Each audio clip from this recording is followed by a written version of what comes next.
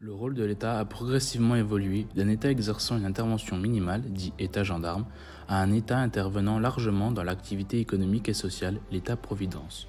Adam Smith, philosophe et économiste, publié en 1776, Recherche sur les causes et la nature de la richesse des nations, ouvrage considéré aujourd'hui comme l'acte de naissance de l'analyse économique et du libéralisme. Keynes est probablement l'économiste le plus influent du XXe siècle. Keynes est un des penseurs auxquels tout économiste fait inévitablement référence, soit pour interpréter et prolonger sa théorie, soit pour l'infirmer.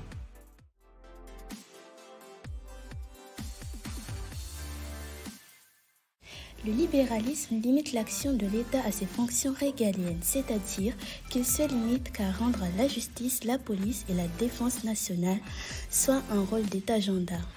Inégalité et mauvaise répartition de la richesse créée, une critique extrêmement répandue est que le libéralisme économique serait favorable aux déjà riches et défavorable aux plus pauvres, au sein des nations, entre classes sociales et entre nations. Pour garantir le bon fonctionnement de la main invisible, Smith préconise l'intervention limitée de l'État dans l'économie.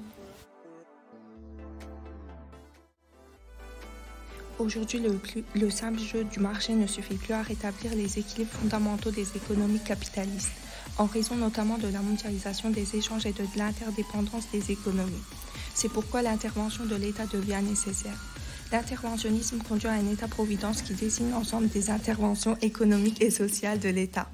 Il étend ses actions régaliennes à d'autres domaines. L'État est un agent macroéconomique autonome qui assure plusieurs fonctions.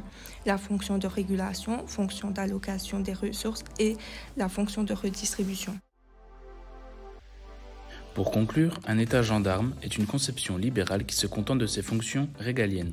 A l'inverse, un État-providence est une conception keynésienne qui a une intervention régalienne mais aussi une intervention dans le domaine économique et social.